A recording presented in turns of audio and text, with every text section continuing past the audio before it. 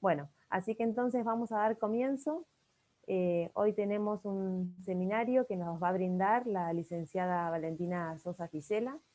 Ella es licenciada en Astronomía de la Facultad de Ciencias Astronómicas y Geofísicas de la Universidad Nacional de La Plata y actualmente forma parte del grupo de investigación PUMA, que tiene sede en el Instituto Argentino de Radioastronomía.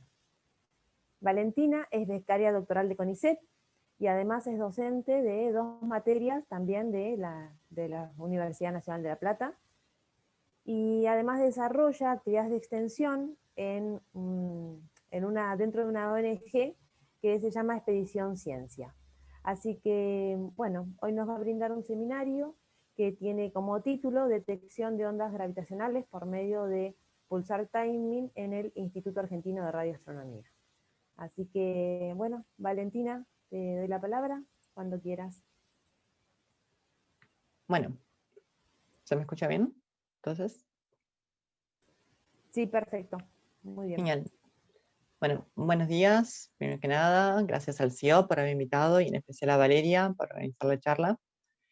Y gracias a todos ustedes por venir a esta charla en la cual les voy a contar acerca del trabajo que estamos realizando desde la colaboración PUMA, cuyos integrantes me tomé la libertad de incluir aquí en la presentación. Me parece haber visto a Guillermo por ahí. Hola, Guillermo. En el marco de la técnica radioastronómica de pulsar timing, cuyo objetivo es la detección de ondas gravitacionales por medio del monitoreo de púlsares.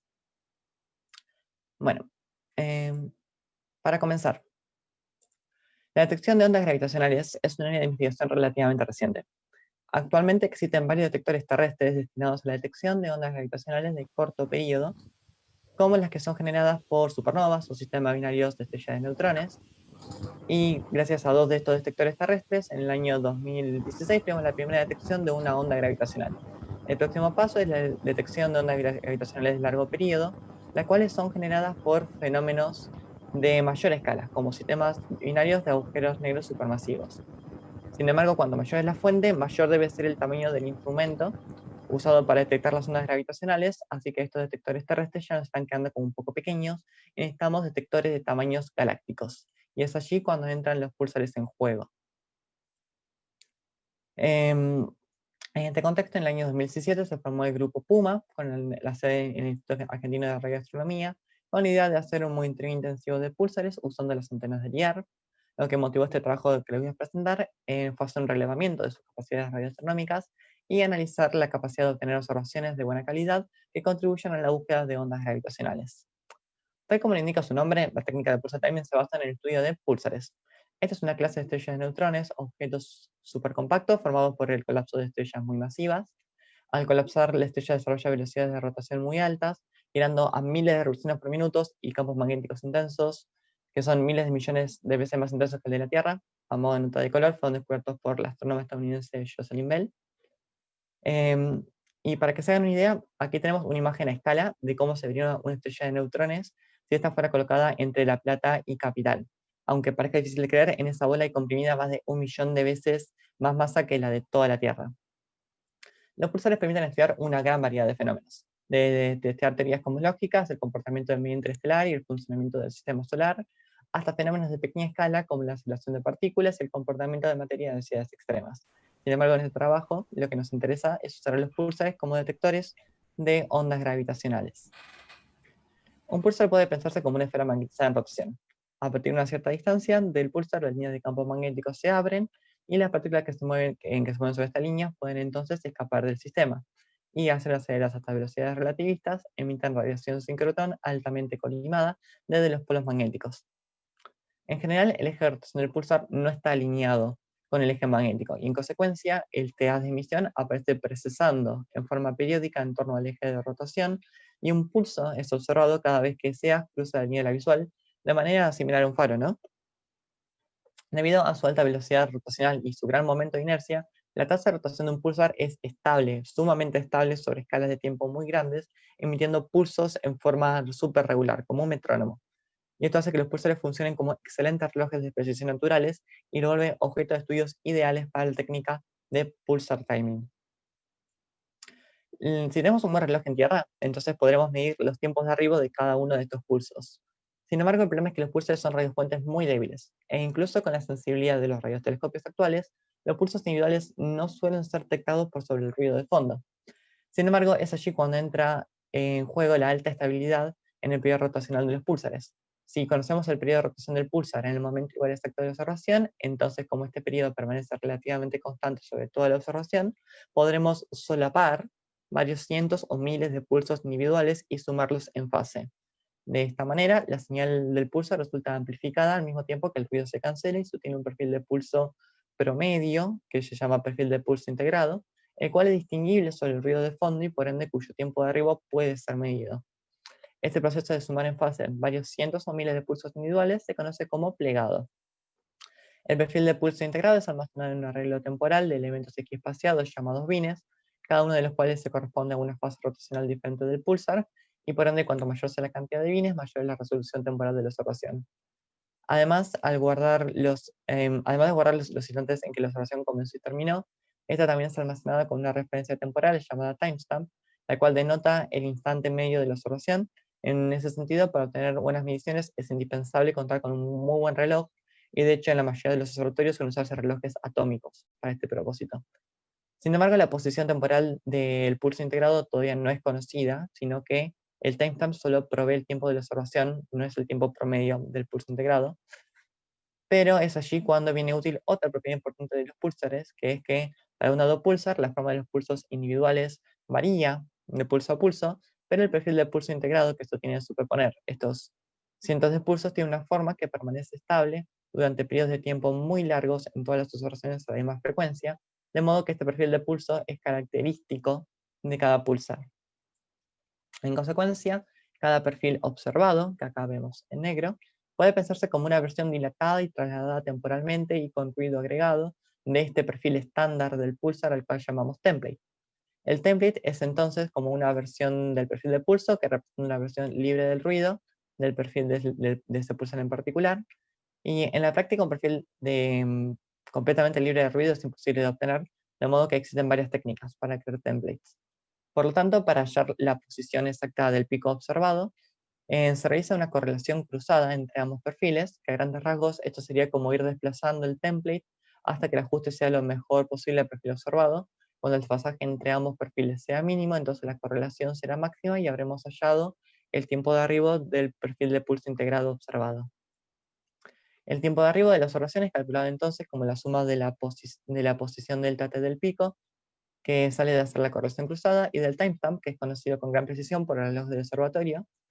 El reloj en el valor calculado del tiempo de arribo está dado por esta ecuación, donde vemos entonces que para obtener valores más precisos de los tiempos de arribo necesitamos usar anchos de banda grandes, observar por más tiempo, y usar pulsores brillantes y con periodo corto y pulsos angostos.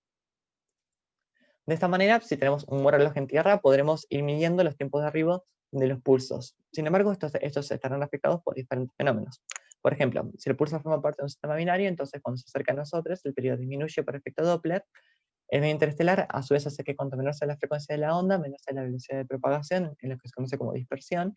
Y otro efecto también es generado por variaciones a pequeñas escalas en la densidad de electrones del medio, que actúan como pequeñas lupas y generan variaciones en la densidad de flujo, en lo que se denomina centelleo, entre otros varios efectos.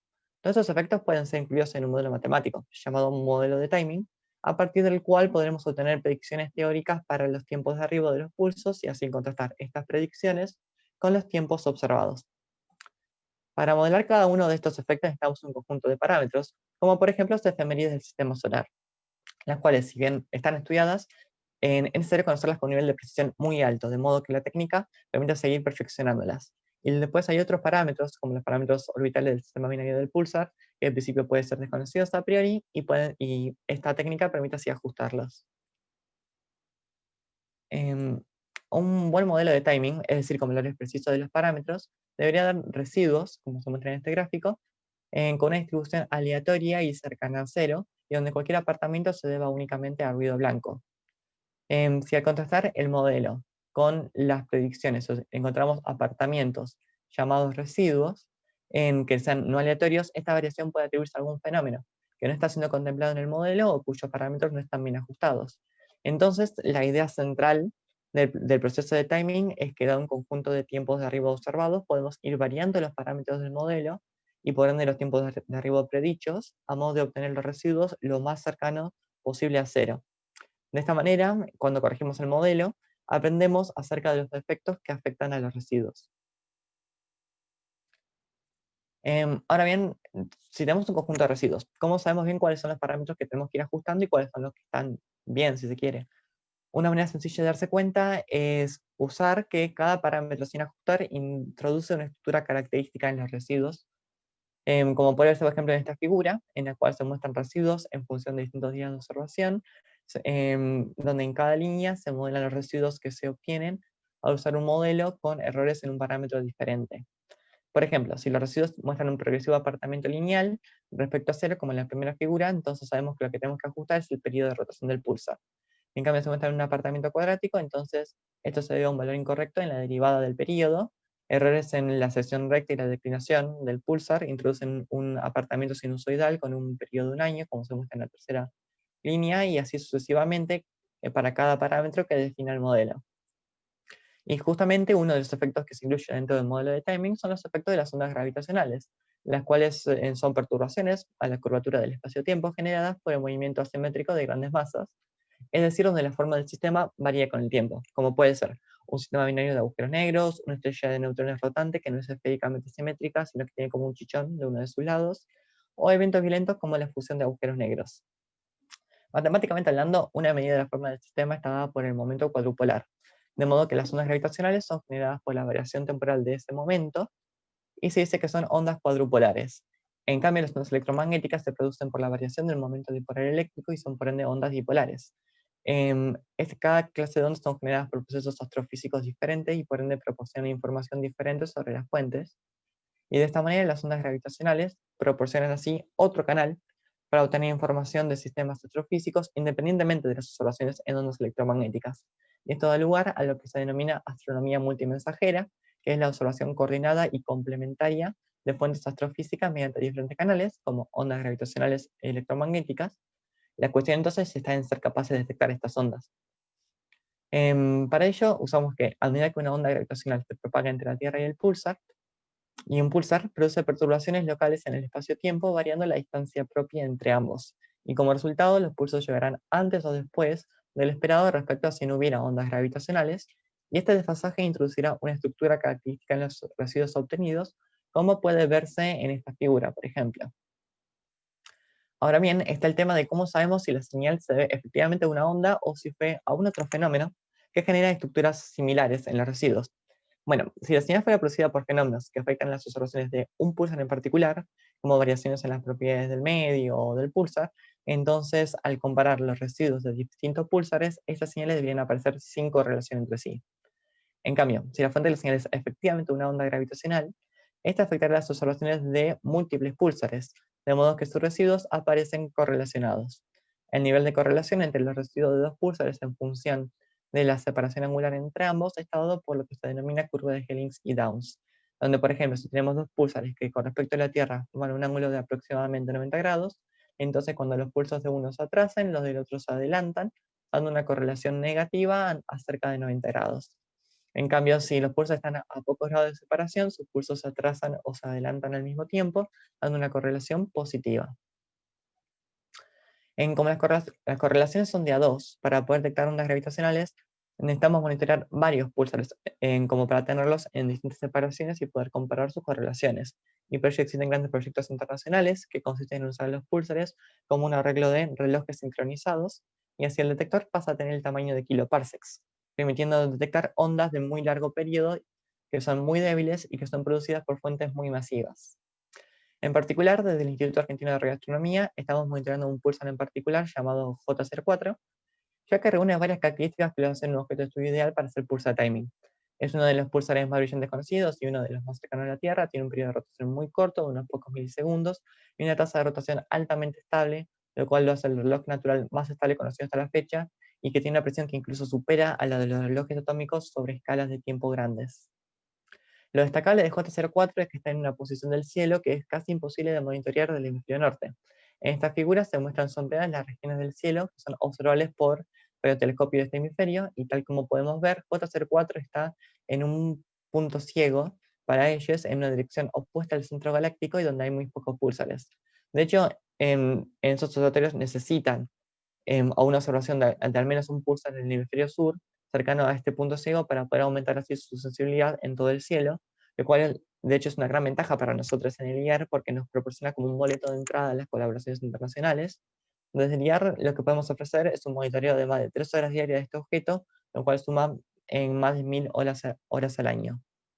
En este sentido, el IAR está equipado con 2 antenas llamadas A1 y A2, formadas por una superficie, cada una por una superficie metálica parabólica que refleja las ondas en incidentes, concentrándolas en el foco del paraboloide donde se encuentra un receptor.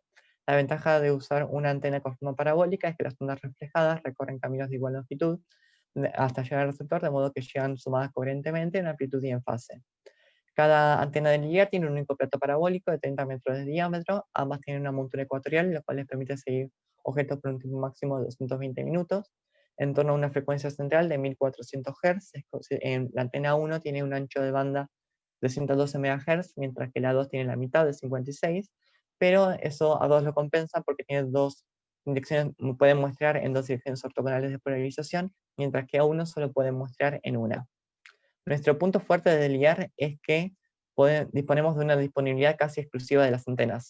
Para que se den una idea, la gente de los grandes radioobservatorios por lo general monitorea cada pulsar una vez cada un par de semanas durante unos pocos minutos, mientras que acá tenemos tiempo de observación prácticamente ilimitado. Un uso tan dedicado y exclusivo como el que proponemos para las antenas del IAR es casi imposible de conseguir de otros instrumentos, lo cual es más o menos como nuestro caballito de batalla para sumarnos a las colaboraciones internacionales. A su vez, la obtención de observaciones de alta precisión necesarias para hacer timing implica un importante desarrollo tecnológico.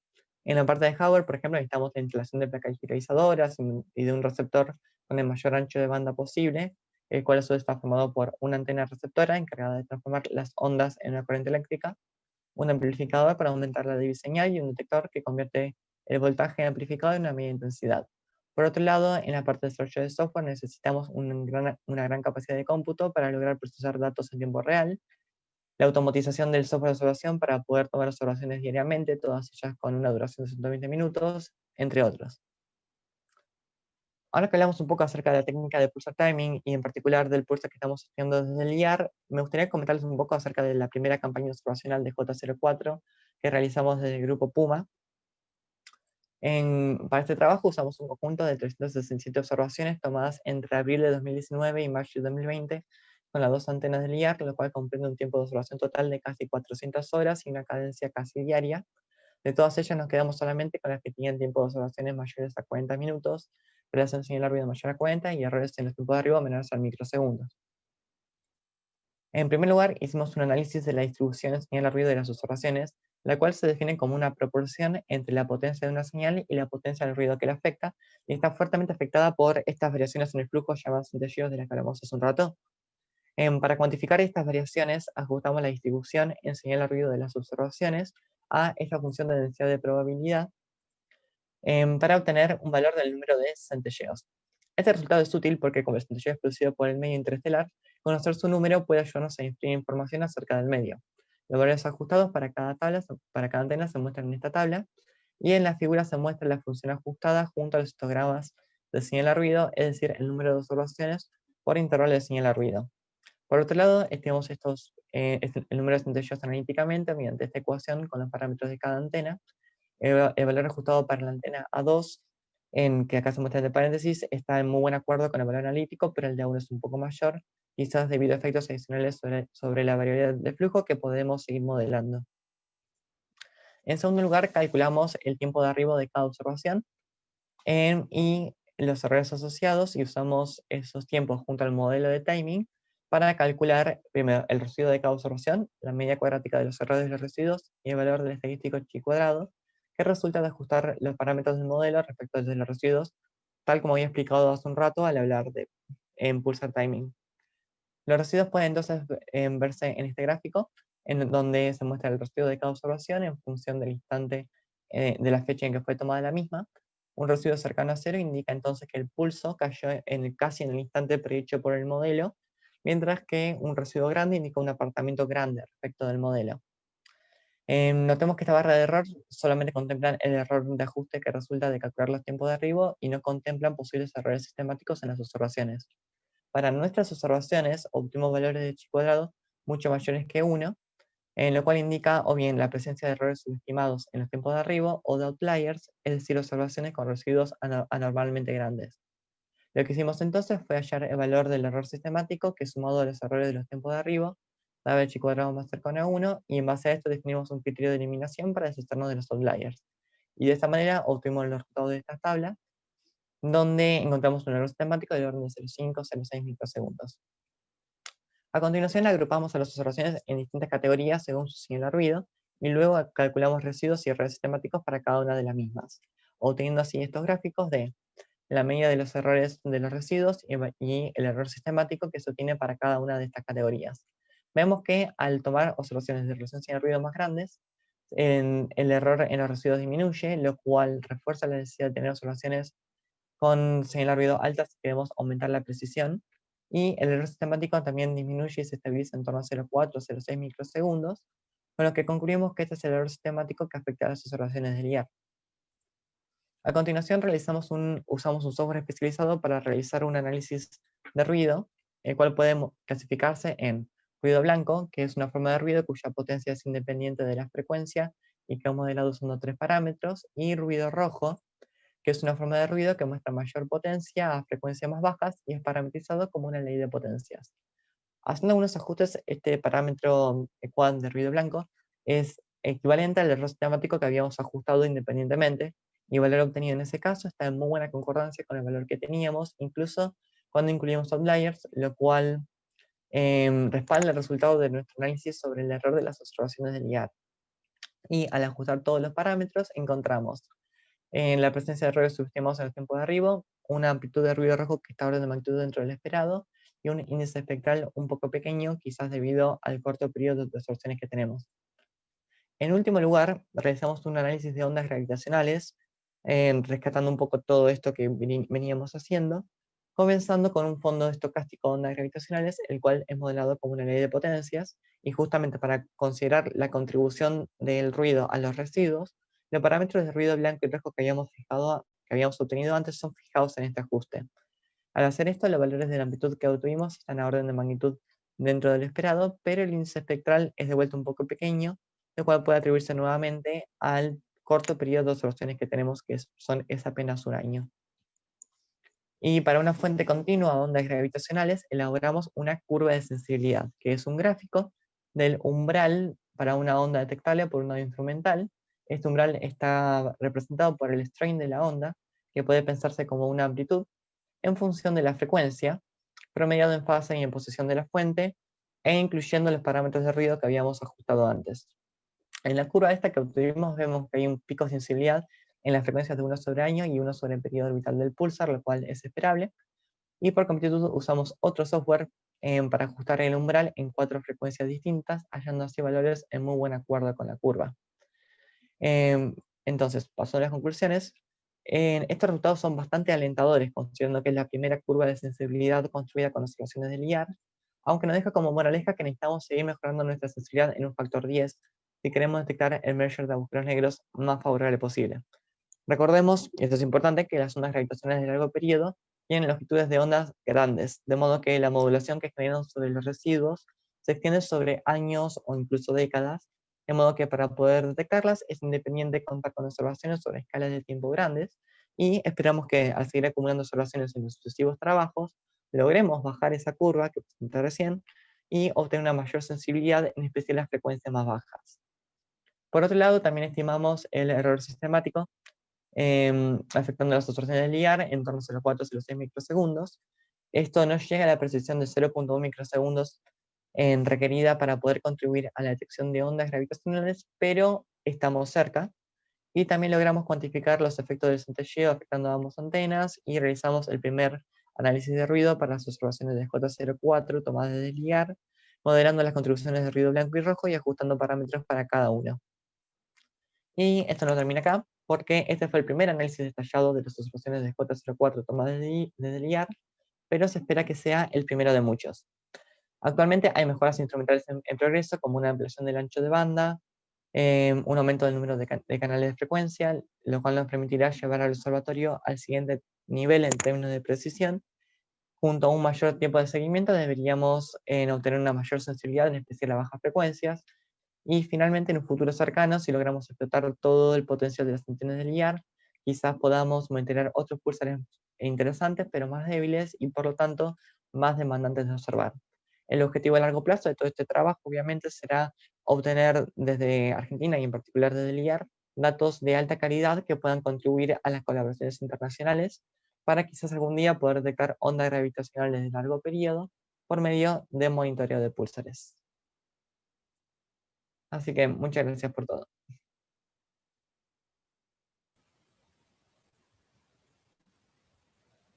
Bueno, muchísimas gracias, Valentina. La verdad que me pareció súper interesante lo que nos contás. Además, me parece súper clara la exposición, completa. La verdad que me gustó mucho. La verdad que a mí me gustó mucho. Así que, bueno, vamos a ver si tenemos consultas, alguien que quiera hacer algún comentario para Valentina. No sé si tenemos en el chat. Sí, Daniel, ¿querés hacernos? Esperame que estoy. Ah, está. Sí, muy bien, yo también estaba acomodando. Ahí estamos.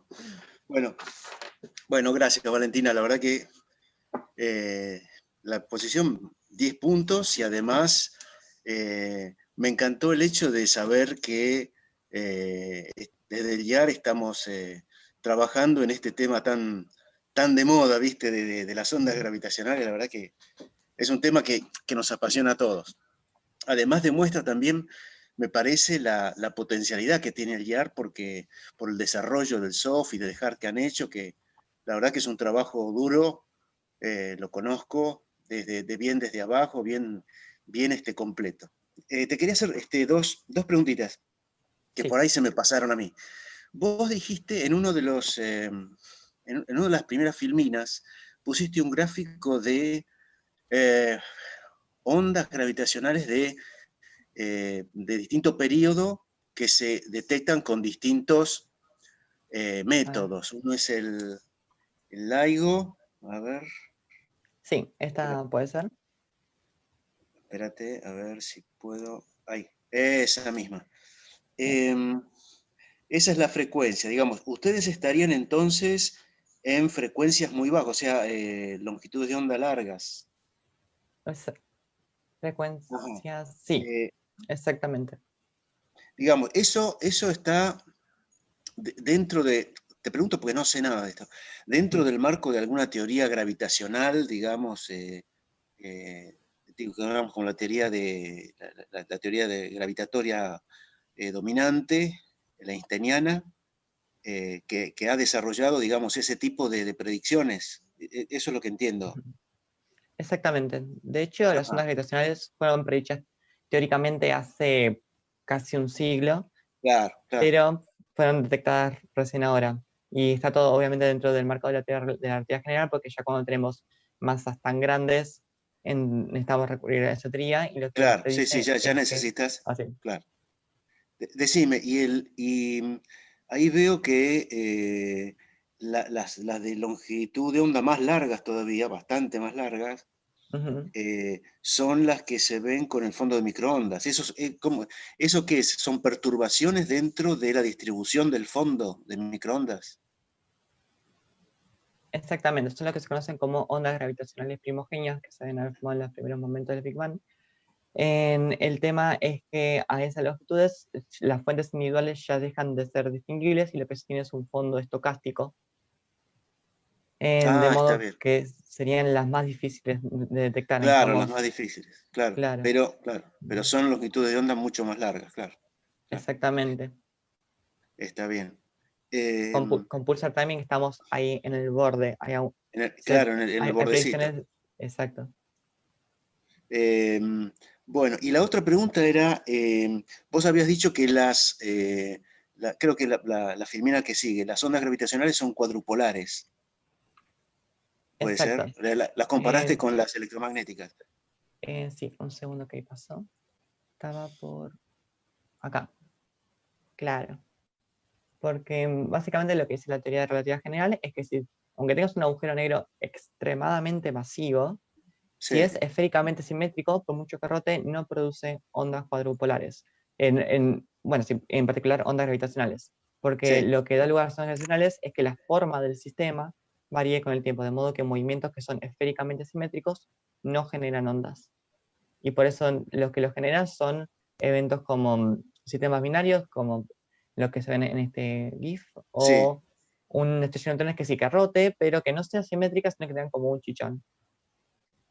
o sea, claro, la distribución del origen de las masas, de las masas que originan las ondas gravitacionales, tiene que tener un perfil cuadrupolar. Eso es lo que dice la teoría. Exactamente. Ajá, ajá. Está bien. Eso a su vez determina que las ondas electromagnéticas y las ondas gravitacionales tengan propiedades diferentes, Diferente, y claro.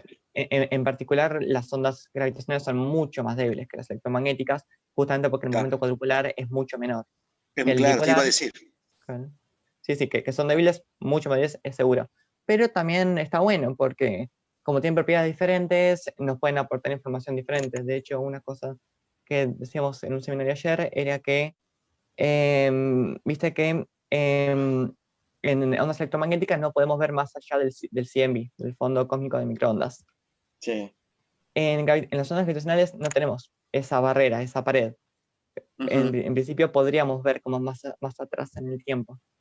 Sí, está bien. Así que esa Claro, es una claro, ventaja. pueden ir un poco más lejos, digamos, un poco más allá. Claro. Está bien, está bien, está bien. Bueno, gracias, Valentina. De nada, gracias a vos. Bueno, muy bien, buenísimo. Muchas gracias, Daniel, por los comentarios, las preguntas.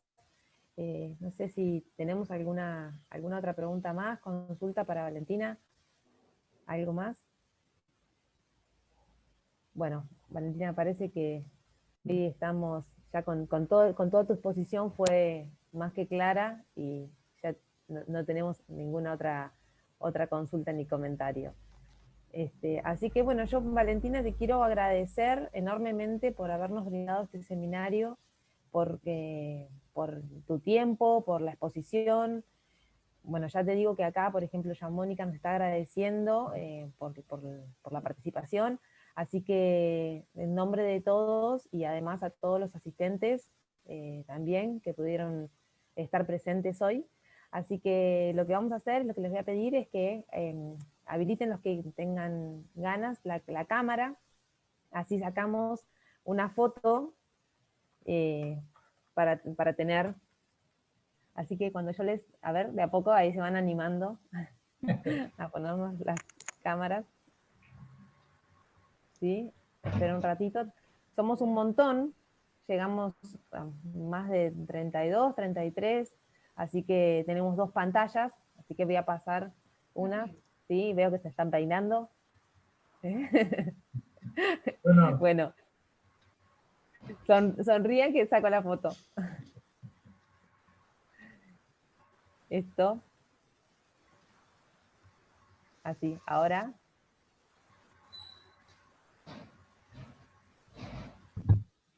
Voy a la segunda pantalla. Ahí. Bueno.